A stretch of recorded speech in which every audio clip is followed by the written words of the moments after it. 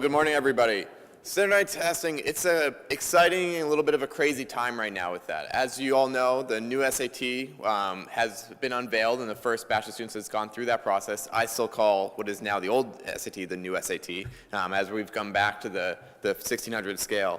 And what we see is, they've done some surveys of students who have taken the new test, and they seem to prefer it on a 6-to-1 margin compared to the old test. So there's been some changes in what sort of content's been covered, what type of questions are being asked, and things of that nature. As well, the writing section has gone back to being optional. What we see right now is that about 85% of students who took the SAT this past March actually did elect to take that SAT optional part. But as you're working with students, one of the things to look at is the policies colleges are putting up on their website about how they're going to treat the new SAT versus the old SAT. What you're going to see in general is most will not be mixing scores, right? So they'll be looking at their students just like they look currently at SAT and ACT students. You're going to have SAT new, SAT old, and ACT. They're not going to be mixing the two different SAT scores together and creating some sort of super score off of that.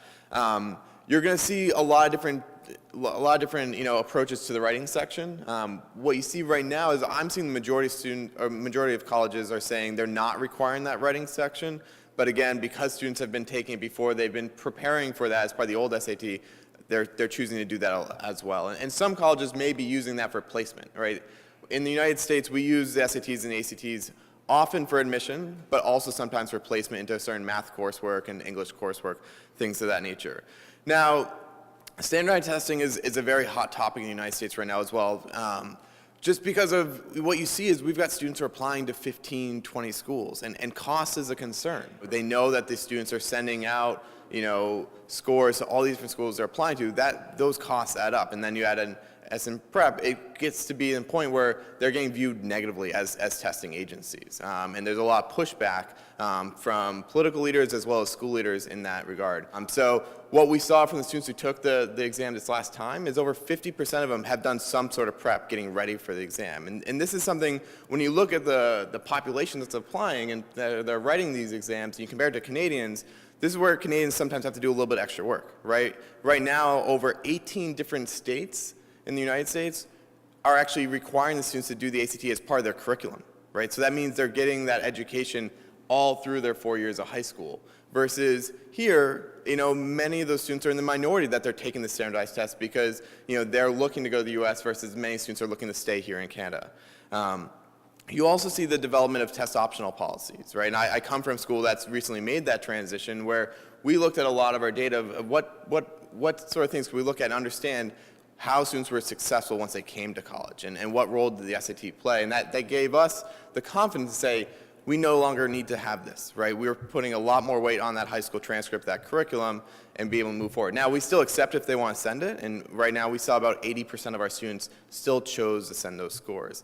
It can be hard when you're guiding students through that process because there's no one way to test optional, right? Some schools are test optional and they no longer have to submit the test, but they have to submit something else, right? So now you're preparing them on, well, how do you craft that portfolio? Other schools just say it's not required and it's just removed from the list of requirements. So that's something you really need to dig into. You're also seeing that some schools still require testing within the United States, but don't require it of their international students. And University of Miami is a good example. If you're a Canadian applying to University of Miami, you don't have a testing requirement. Again, though, you're welcome to send that along. One area when you're working with students who are NCAA recruited athletes, you're probably going to see that there's going to be exception for any test optional policy for that because of NCAA eligibility. And one of the things, I work actually at GW with our athletics population. And, probably if I look at my Canadians, probably about 20% of them, 10 to 20%, are coming for athletics. And so, that's something to really think about as you're working with that population.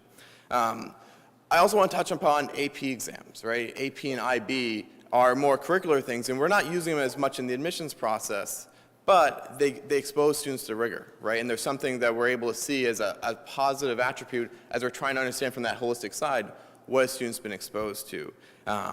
This, again, is something where you're going to see a little bit of disparity between the United States and Canada.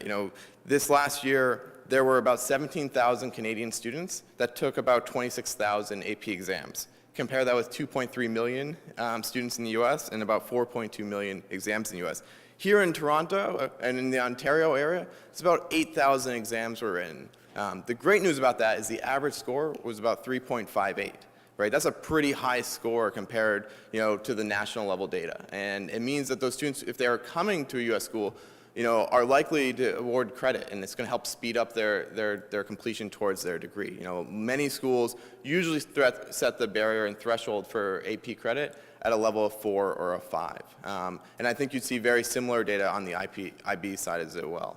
One of the challenges for us sometimes, and something that sometimes students need to do a little bit harder work with, as they talk to us about AP and IB exams, is that sometimes the Ontario transcript is not our friend, right? It makes it harder to find those attributes. And so sometimes a student has to be a little bit more specific of making sure they write that into an essay, or they place that on a list of their resume, or they self-report those test scores, just because they may not be able to come up on that standard Ontario transcript.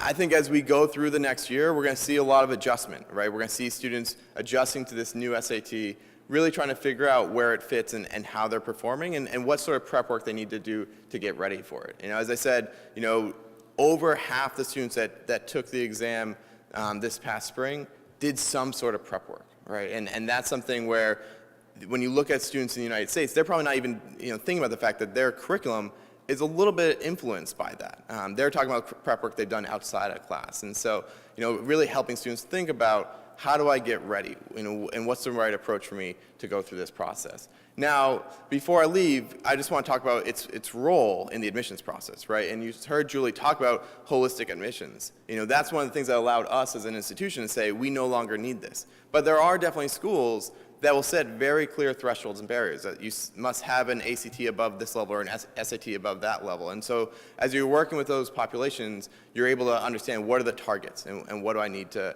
work towards. Versus I think if you're looking at a school that's going to be requiring the recommendations, requiring the statements of purpose, there's going to be a little bit more flexibility, that a lower test score can be overcome by higher grades and a stronger essay and things like that. So thank you guys for listening, and good luck.